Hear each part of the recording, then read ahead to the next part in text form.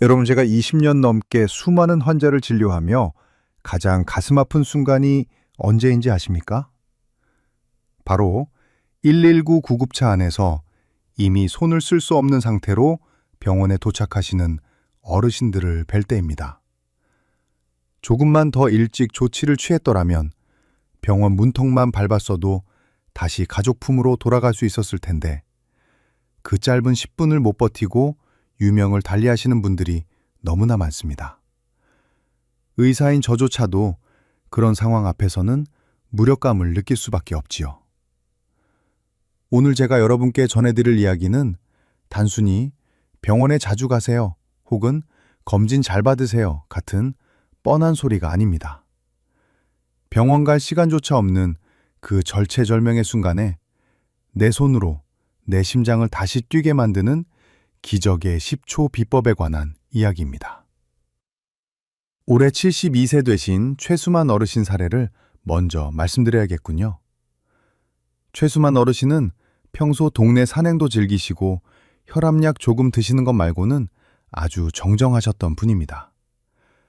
그런데 지난달 유난히 찬바람이 불던 새벽이었어요.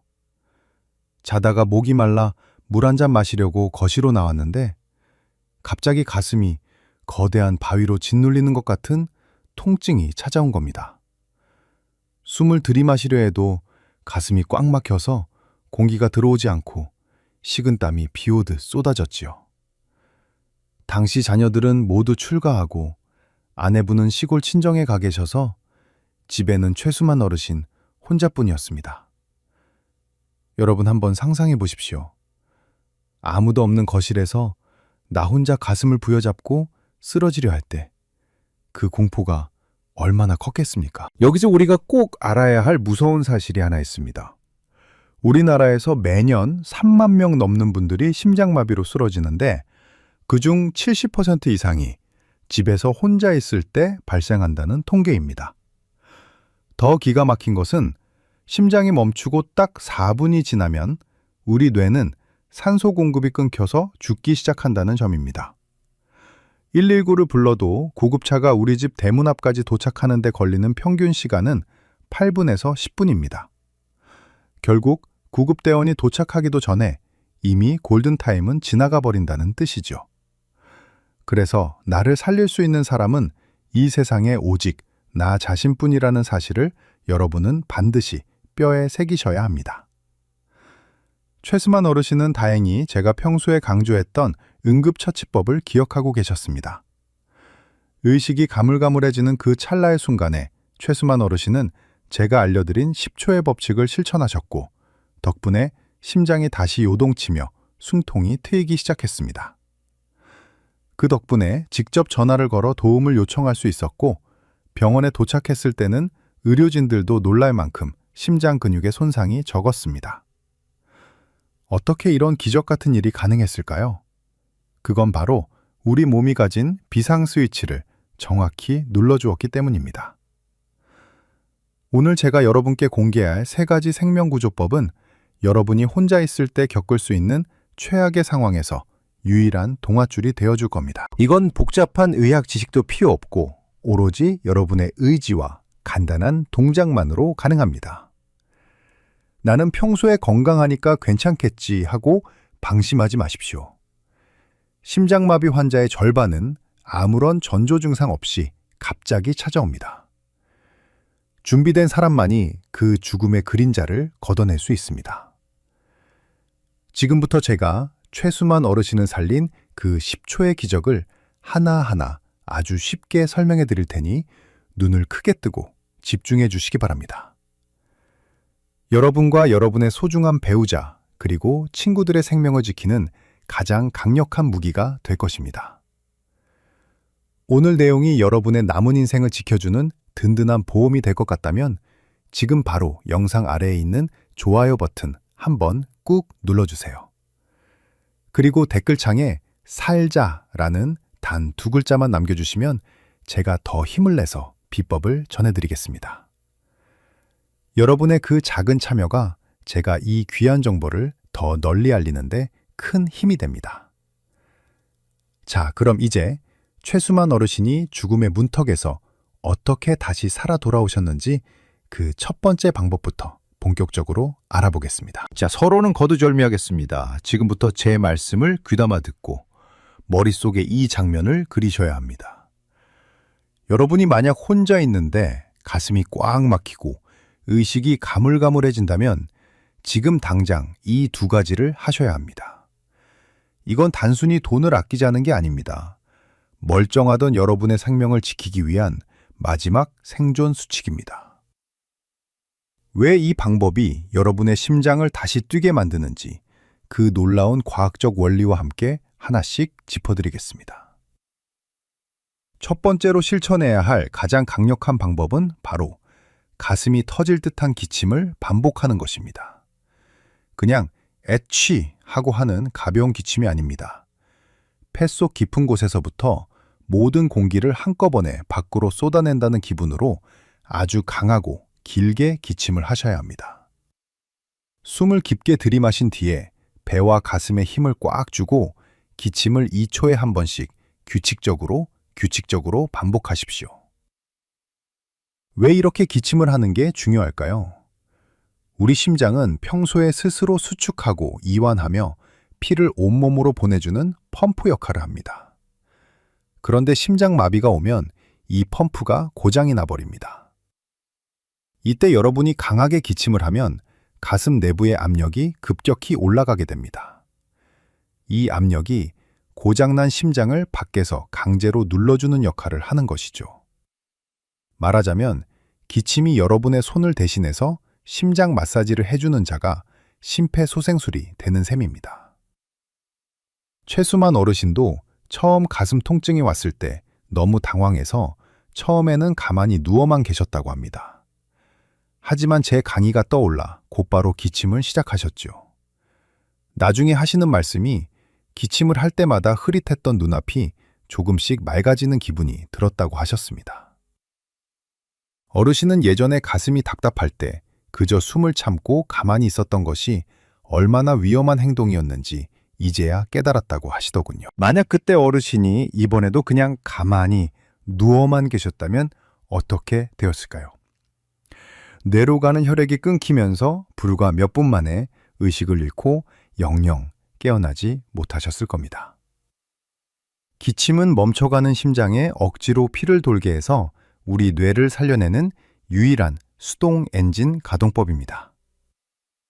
두 번째로 하셔야 할 행동은 주먹을 쥐고 가슴 정중앙을 강하게 내려치는 것입니다. 양쪽 젖꼭지를 이은 선의 정가운데 부분을 찾아보십시오. 그곳이 바로 우리 심장의 전기 시스템이 지나가는 길목입니다. 그 부위를 주먹의 옆면을 이용해 망치질하듯이 쾅쾅 두드려야 합니다. 이게 무슨 효과가 있을까 싶으시겠지만 의학적으로는 아주 명확한 근거가 있습니다.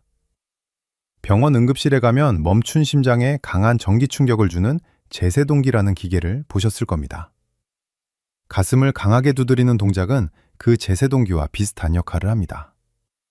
멈추거나 불규칙하게 뛰는 심장에 물리적인 충격을 줌으로써 엉켜버린 전기 신호를 리셋하고 다시 정상적으로 뛰게 만드는 스위치를 켜는 것이죠. 최수만 어르신은 기침을 하면서 동시에 가슴을 두드리기 시작했습니다. 처음에는 가슴이 너무 아파서 주저하셨지만 살아야겠다는 일념으로 5번 정도 강하게 내려치셨지요.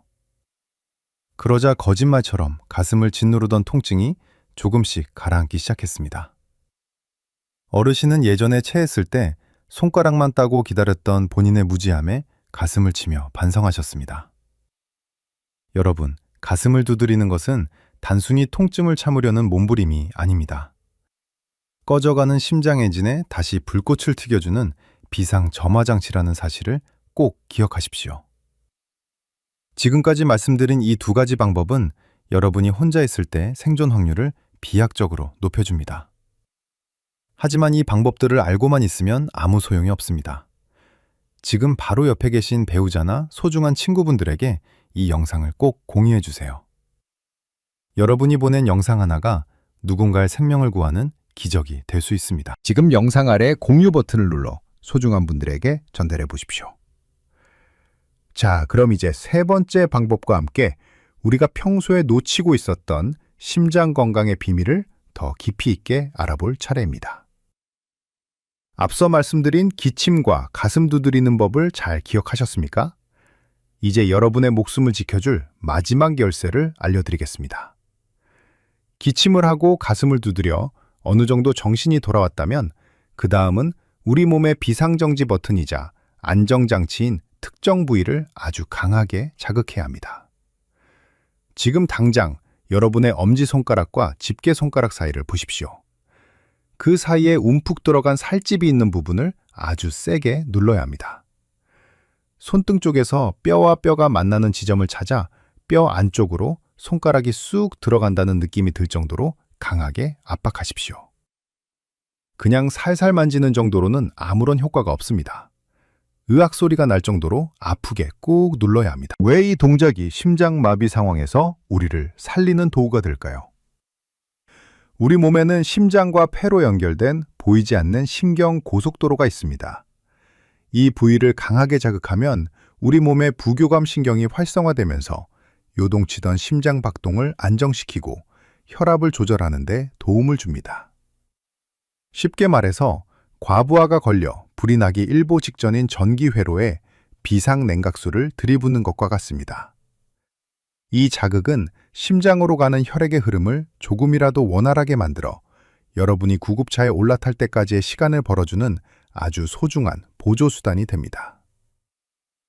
최수만 어르신도 거실 바닥에 쓰러져 기침을 하며 이 부위를 필사적으로 누르셨습니다. 한쪽 손을 누르다가 힘이 빠지면 반대쪽 손을 번갈아 가며 5초씩 강하게 압박하셨지요. 나중에 어르신이 말씀하시기에 손등의 통증이 너무 강해서 오히려 가슴 통증을 잠시 잊으실 수 있었고 그 통증 덕분에 정신줄을 놓지 않고 끝까지 버틸 수 있었다고 하셨습니다. 어르신은 예전에 가슴이 답답할 때 그저 가슴만 문지르며 좋아지기를 기다렸던 행동이 얼마나 어리석었는지 이제야 뼈저리게 느낀다고 하셨습니다. 가슴만 문지르는 것은 멈춘 자동차 본넷만 닦는 것과 같습니다. 우리는 지금 엔진에 직접 신호를 보내야 합니다. 여기에 덧붙여 여러분이 꼭 준비해 두셔야 할 비상용 화학 방패가 있습니다. 바로 아스피린입니다. 만약 집에 아스피린이 있다면 물과 함께 꿀꺽 삼키지 마시고 어금니로 잘게 씹어서 삼키십시오. 심장마비는 심장 혈관에 피떡, 즉 혈전이 생겨서 피가 안 통하는 상태입니다. 이때 씹어먹는 아스피린은 혈관 속 피떡이 더 커지는 것을 막아주는 아주 강력한 소방수 역할을 합니다. 단 심장 수술을 앞두고 있거나 출혈 위험이 있는 분들은 주의해야 하니 평소 주치의와 상담을 해두시는 것이 좋습니다. 많은 어르신이 가슴이 답답하면 그저 체한 줄 알고 소화제만 드시는 경우가 많습니다. 이것이 가장 위험한 오해입니다. 체한 것 같은 느낌과 함께 식은땀이 나고 왼쪽 팔이나 턱까지 뻐근한 통증이 퍼진다면 그건 소화 문제가 아니라 심장이 죽겠다고 보내는 마지막 비명입니다. 최수만 어르신도 처음에는 어제 먹은 고기가 얹혔나 하고 소화제를 차지를 하셨지만 곧바로 심장마비임을 직감하고 응급처치에 집중하셨기에 살 수 있었습니다. 여러분, 오늘 배운 이 세 가지 방법은 여러분의 생존율을 1%에서 90%까지 끌어올릴 수 있는 기적의 수칙입니다. 내가 오늘 배운 걸 내일이면 잊어버릴까봐 걱정되시나요? 걱정하지 마십시오. 이 영상의 구독 버튼과 알림 설정 버튼을 꾹 눌러두시면 제가 주기적으로 여러분의 머릿속에 이 생존 비법을 다시 심어드릴 수 있습니다. 구독 버튼을 누르는 것은 여러분의 건강을 지켜줄 든든한 주치의를 한 명 곁에 두는 것과 같습니다. 이제 우리는 이 응급처치법들을 어떻게 우리의 일상에 녹여내고 평소에 어떤 습관을 가져야 심장마비라는 불청객을 영영 쫓아낼 수 있는지 그 구체적인 일과표를 알아볼 시간입니다. 자, 이제 여러분은 무시무시한 심장마비 상황에서 어떻게 대처해야 하는지 그 무기를 모두 갖추셨습니다. 하지만 무기가 있어도 쓰는 법을 평소에 연습해 두지 않으면 막상 전쟁터에 나갔을 때 당황해서 떨어뜨리기 마련이죠. 그래서 이번에는 최수만 어르신이 건강을 되찾은 뒤 지금까지 매일 실천하고 계시는 심장 건강 루틴과 여러분이 가장 궁금해하실 질문들을 아주 명쾌하게 정리해드리겠습니다. 먼저 심장을 지키는 하루 일과표를 머릿속에 그려보십시오. 가장 위험한 시간은 바로 기상 직후입니다. 잠에서 깨자마자 벌떡 일어나는 행동은 주무시는 동안 쉬고 있던 심장에 날벼락을 내리는 것과 같습니다. 눈을 뜨면 바로 일어나지 마시고 침대 위에서 1분간 가만히 누워 계십시오. 그러고 나서 손가락 마디마디를 쥐었다 펴며 잠든 혈관을 천천히 깨우는 겁니다. 이때 아까 배운 손등의 혈자리를 가볍게 자극해주면 심장이 아주 부드럽게 하루를 시작할 수 있습니다. 낮 시간에는 틈틈이 자신의 호흡을 확인하셔야 합니다. 최수만 어르신은 점심 식사 후에 의자에 앉아 기침법을 아주 살짝만 연습하십니다. 진짜 심장마비 때처럼 강하게 하는 것이 아니라 가볍게 헛기침하듯이 소리를 내며 가슴의 근육을 이완시켜주는 것이죠. 이렇게 하면 가슴 주변의 긴장이 풀리면서 혈액순환이 훨씬 좋아집니다. 저녁에는 잠자리에 들기 전 자신의 가슴 정중앙을 아주 부드럽게 토닥이며 오늘 하루도 수고했다는 인사를 건네보십시오. 강하게 때리는 것은 응급 상황 때만 하는 것이고 평소에는 엄마가 아이를 재우듯 부드럽게 만져주는 것만으로도 심장 근육의 피로를 풀어줄 수 있습니다. 자, 이제 여러분이 자주 묻는 질문 몇 가지를 해결해 드릴게요. 첫 번째로 많은 분이 물어보시는 게 있습니다.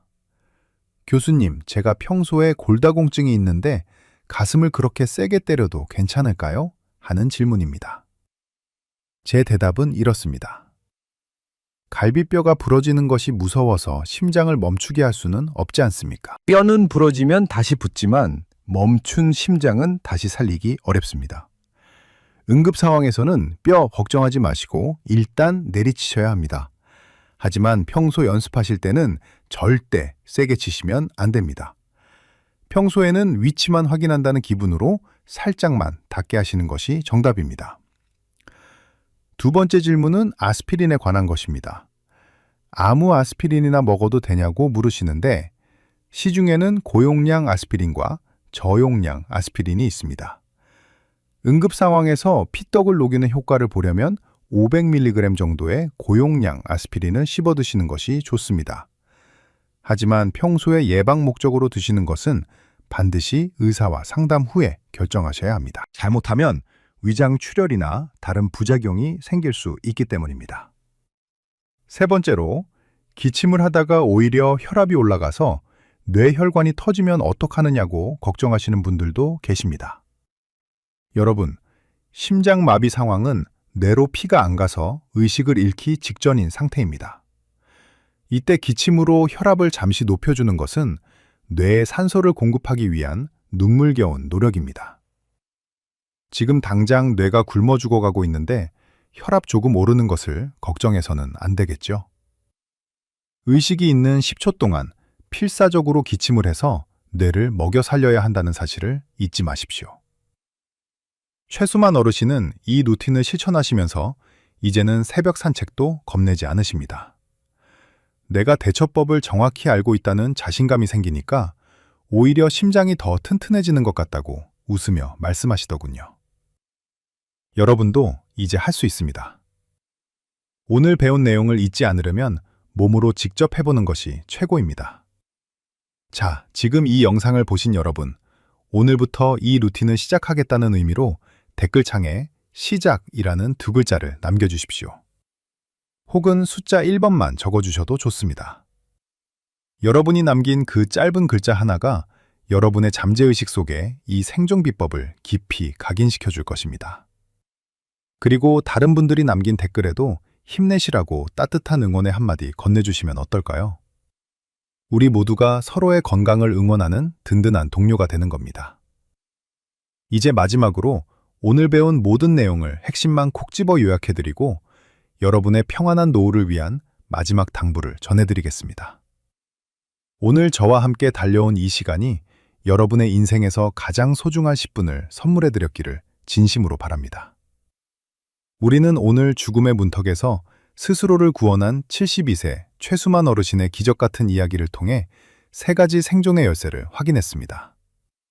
이제 마지막으로 오늘 공부한 내용을 여러분의 심장에 깊이 새겨드릴 테니 천천히 복기해 보시기 바랍니다. 오늘 우리가 배운 첫 번째 핵심은 바로 우리 몸 내부의 압력을 이용한 자가 펌프질이었습니다.